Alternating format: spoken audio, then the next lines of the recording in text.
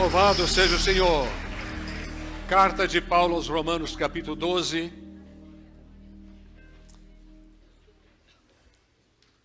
Carta de apóstolo Paulo aos Romanos, capítulo 12, apenas 2 versículos. Eu vou ler o primeiro, vocês lerão o segundo. Romanos 12, 1 e 2. Rogo-vos, pois, irmãos, pela compaixão de Deus, que apresenteis o vosso corpo em sacrifício vivo, santo e agradável a Deus, que é o vosso culto racional. 2, melhor dizendo, todos vocês. E não vos conformeis com este mundo.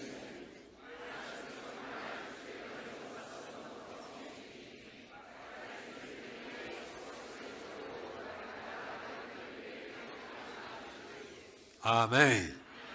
Como vocês leram bonito. Pode ir embora, irmãos, leram muito bem. Podem sentar-se.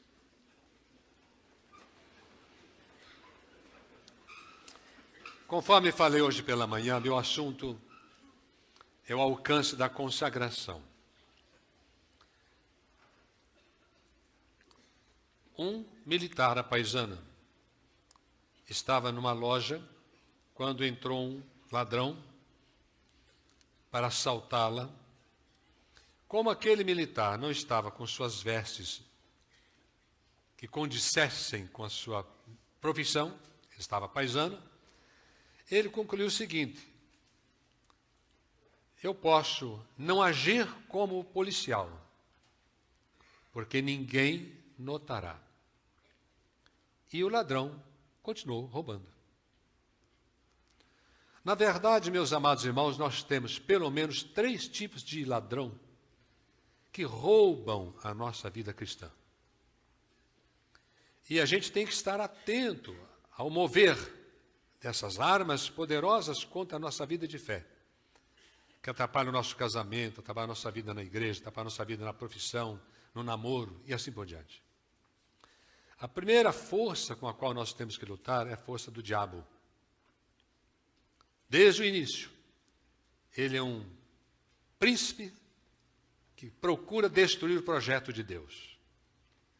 Assim que Adão e Eva receberam o jardim para viverem nele, a primeira coisa que o diabo fez foi conversar com a mulher. Por que não conversou com um homem? Aí, irmãos, pergunta-me por quê? Foi conversar com a mulher. Como a mulher fala muito, espicha tudo, ela caiu na conversa dele e acabou traindo os desígnios do Criador. E o pior, levou o problema para o marido. Então, desde o início, o diabo é assim. O fato é que, por causa daquele momento, no início da história da humanidade, o homem, como ser humano, inclusive a sua esposa, geraram filhos com uma tendência maligna. Se você observar Gênesis capítulo 4, você perceberá que, tendo nascido os 2 filhos, Caim e Abel, um matou o outro. Mas como é que pode? Estão diante do Criador, no paraíso. Os filhos acabaram de nascer. Quando crescem, já tem uma malignidade no coração. E esta maldade foi sendo enviada de pais para filhos, de pais para filhos, até chegar em mim, até chegar em você. Como diz o apóstolo Paulo em Romanos capítulo 5, verso 12, por um homem entrou o pecado no mundo, e pelo pecado veio a morte. Passou a todos os homens, porque nós pecamos, ou seja, a nossa raiz está em Adão e Eva, e naquela raiz de desobediência, nós viemos para este mundo e carregamos essa malignidade interna, que Satanás sabe usar. Segunda força pecadora contra a nossa vida cristã é o mundo. O mundo é o sistema de valores que existe aí fora. O sistema de namoro, sistema de casamento, sistema de negócios, sistema de política e assim por diante. Tudo que você pensar na vida social sem Jesus é o sistema de valores do mundo. Há coisas boas, mas o sistema está todo corrompido pela malignidade. A Bíblia diz: o mundo jaz no maligno. E durante a história da igreja cristã, a forma, o modo de pensar e de agir do mundo está sendo colocado na forma dos crentes. Então nós encontramos crentes mundanos, porque a forma mundana está sobre eles.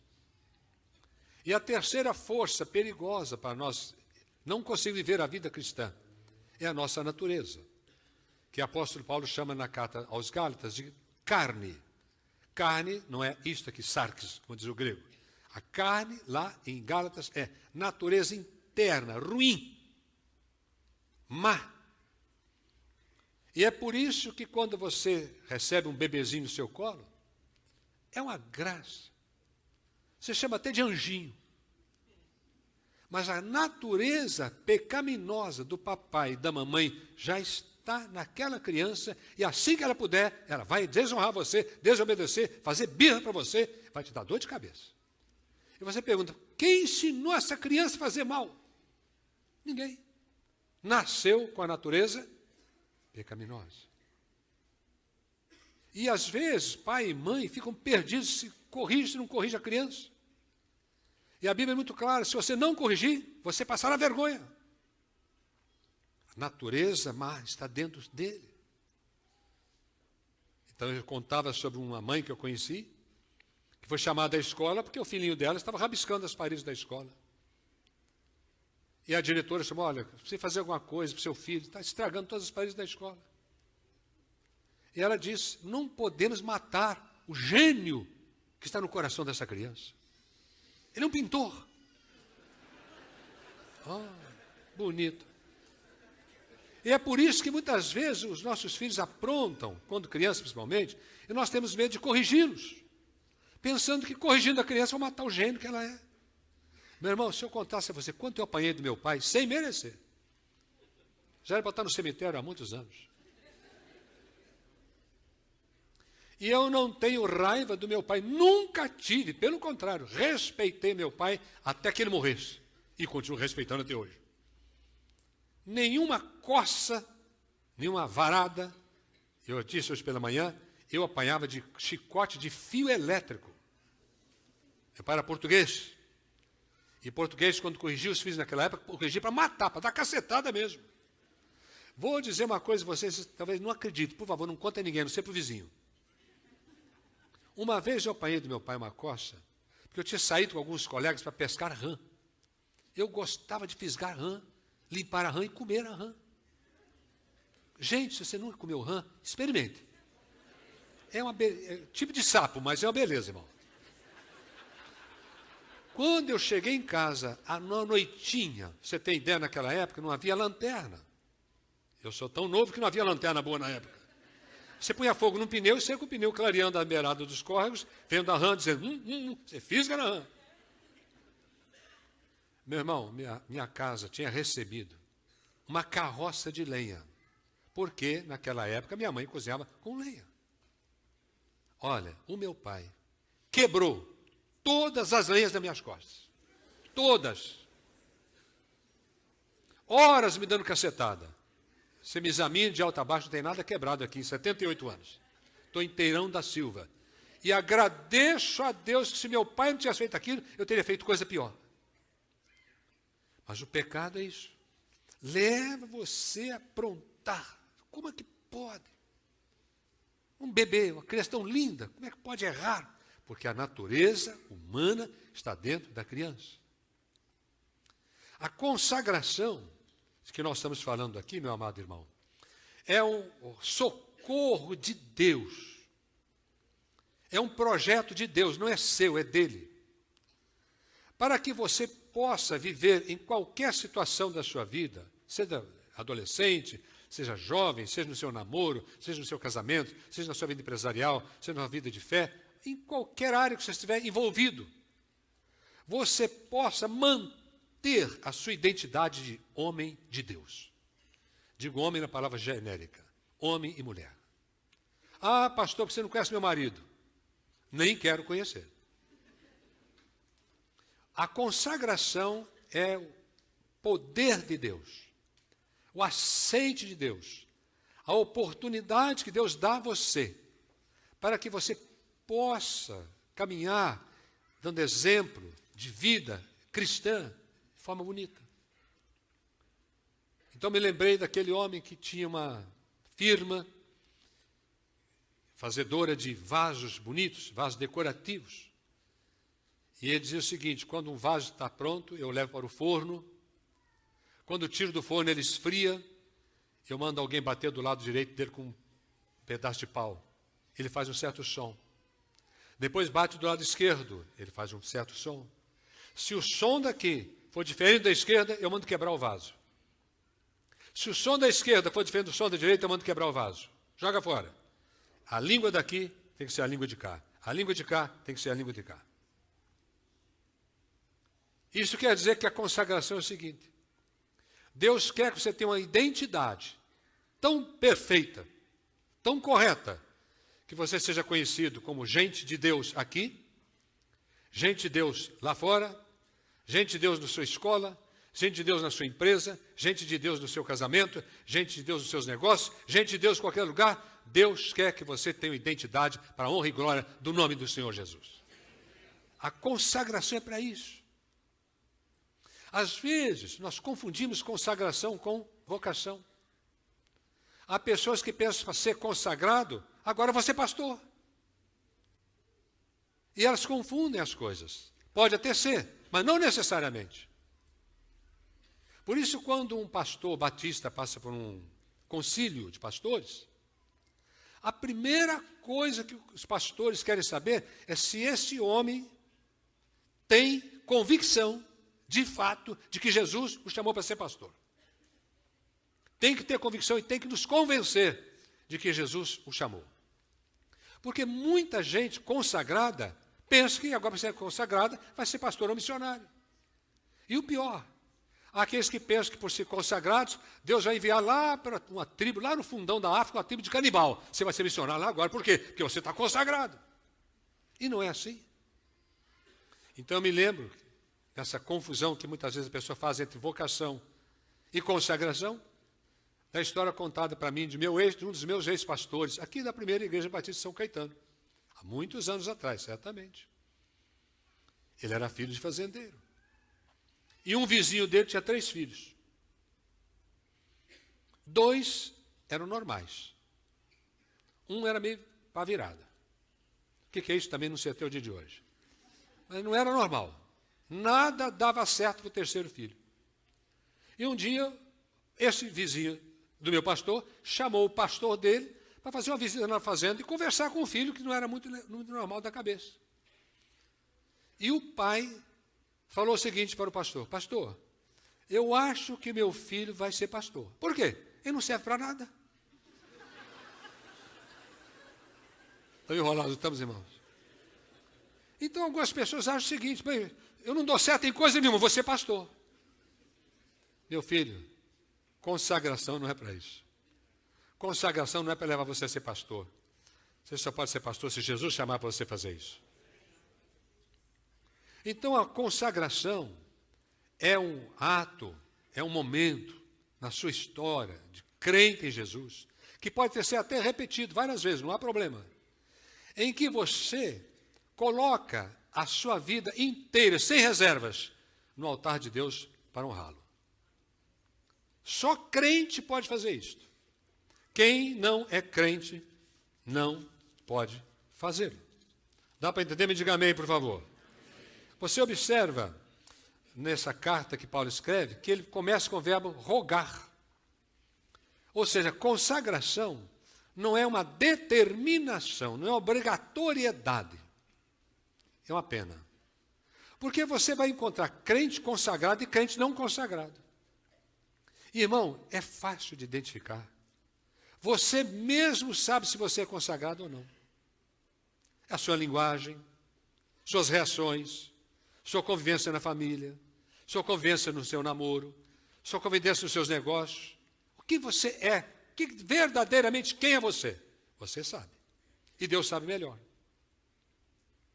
Então a consagração vai revelar para você a sua legítima identidade. E como está escrito em Romanos 12, ela é voluntária. Deus não determina você, fica na parede aqui agora e se ajoelhe e se consagre. Senão você não vai para o céu. Deus não faz isso.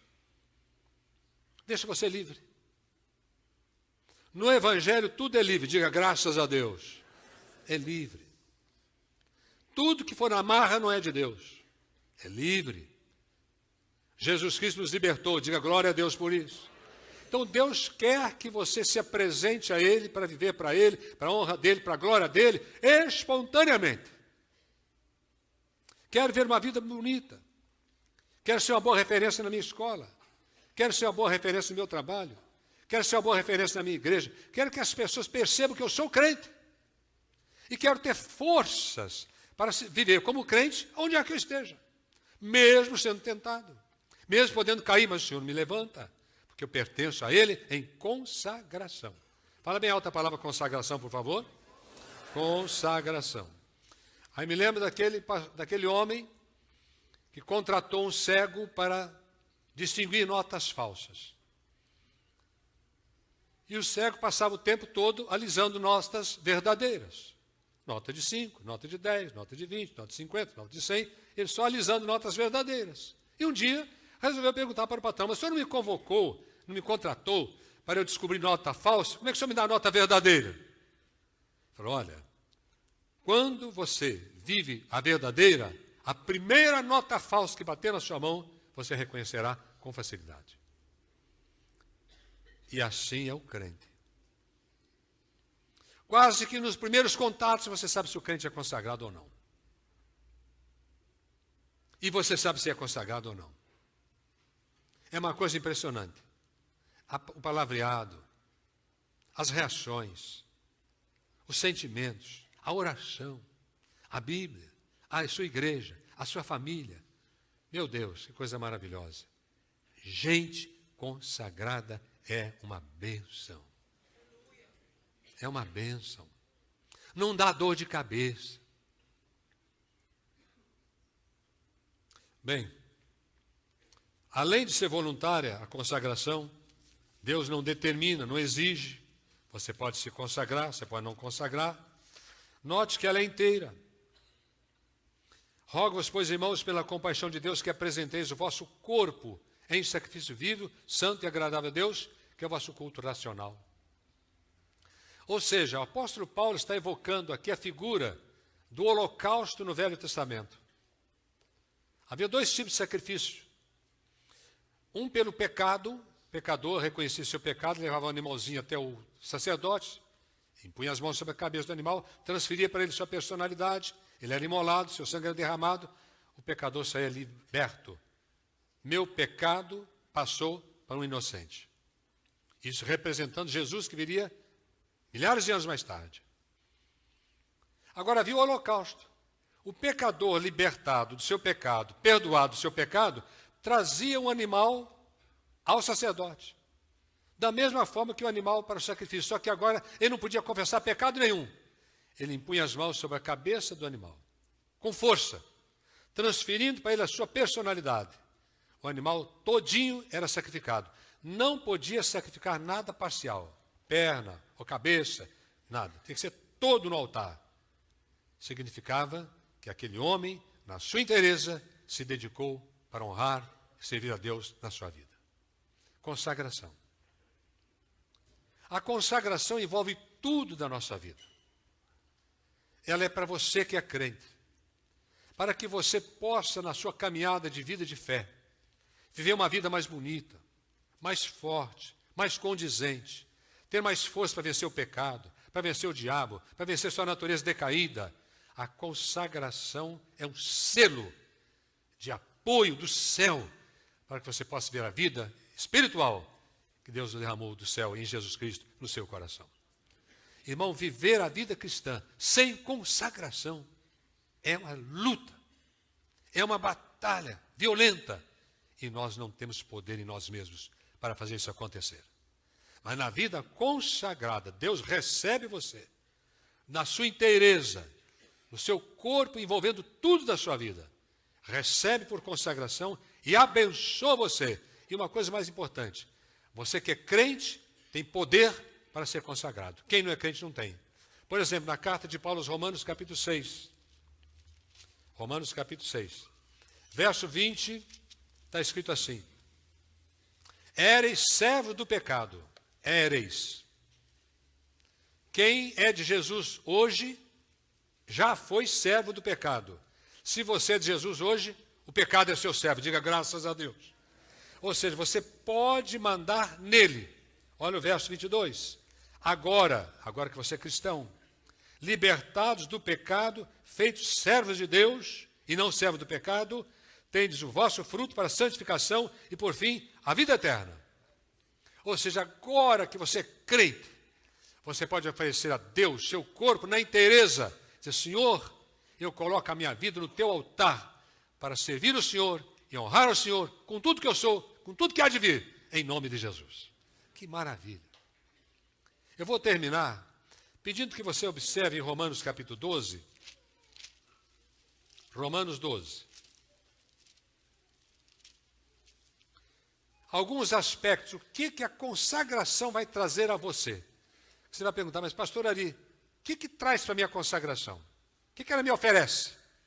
Porque nós somos assim, né, irmãos? Sempre queremos saber o que vamos ganhar com isto. Uma vez que você pode não ser consagrado. O que um consagrado ganha? Se você pegar do verso número 6, Romanos 12, 6 em diante, até 21, você vai enumerar uma dezena de vitórias na sua vida.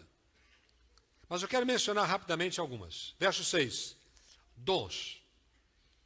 Dons da graça. Fica claro para você o que Deus tem para a sua vida, para você servir a Ele, a igreja dEle, ao reino dEle, aqui neste mundo. Claro, você tem esta qualidade especial que eu dei para você na consagração. Claro, há muito crente que não sabe o dom que tem. Há muito crente. Mas na consagração isso torna claro. Deus revela, fica livre para você entender o que Deus espera de você, o que Ele tem para você. Verso 9.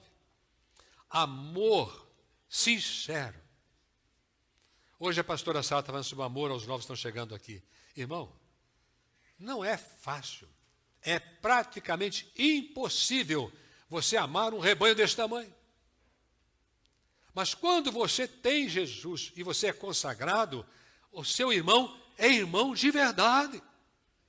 Você ama, está no seu coração algo sobrenatural, amor profundo, diga a palavra amor. Verso 11, você se torna fervoroso, fala a palavra fervoroso. Crente animado, já viu crente animado, irmão? Fervoroso, é o crente consagrado. Olha o verso 12, cheio de esperança. Crente consagrado tem esperança na vida. Espera alcançar, espera. Espera vencer, espera. Espera conseguir, espera. Espera no Senhor, espera. Espera milagre, espera. Espera dia melhor, espera. Crente consagrado é a bênção de esperar. Louvado seja o nome de Jesus. Ele espera. Olha versículo número 14. Crente consagrado abençoa os seus perseguidores.